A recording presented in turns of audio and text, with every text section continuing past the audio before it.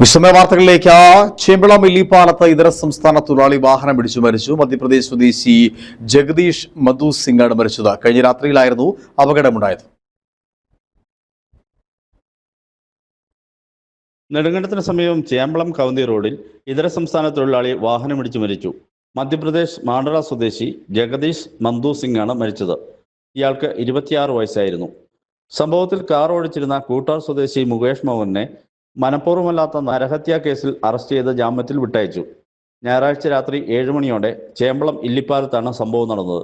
വഴിയിൽ ഇരിക്കുകയായിരുന്ന ജഗദീഷിനെ മുകേഷ് ഓടിച്ചിരുന്ന വാഹനം ഇടിക്കുകയായിരുന്നു. തുടർന്ന് പരിക്കേറ്റ ജഗദീഷിനെ മുകേഷ് മോഹനും നാട്ടുകാരും ചേർന്ന് കല്ലാറിലെ സ്വകാര്യ ആശുപത്രിയിൽ എത്തിച്ചെങ്കിലും മരണം സംഭവിച്ചിരുന്നു. തലക്കേറ്റ പരിക്കാണ് മരണകാരണമെന്നാണ് പ്രാഥമിക പോസ്റ്റ്മോർട്ടം റിപ്പോർട്ട്. ജഗദീഷ് ഇല്ലിപ്പാലത്തെ ഏലത്തോട്ടത്തിലെ തൊഴിലാളിയായിരുന്നു. മൃതദേഹം ബന്ധുക്കൾക്ക് വിട്ടു നൽകി. News bureau, Nedumkandam.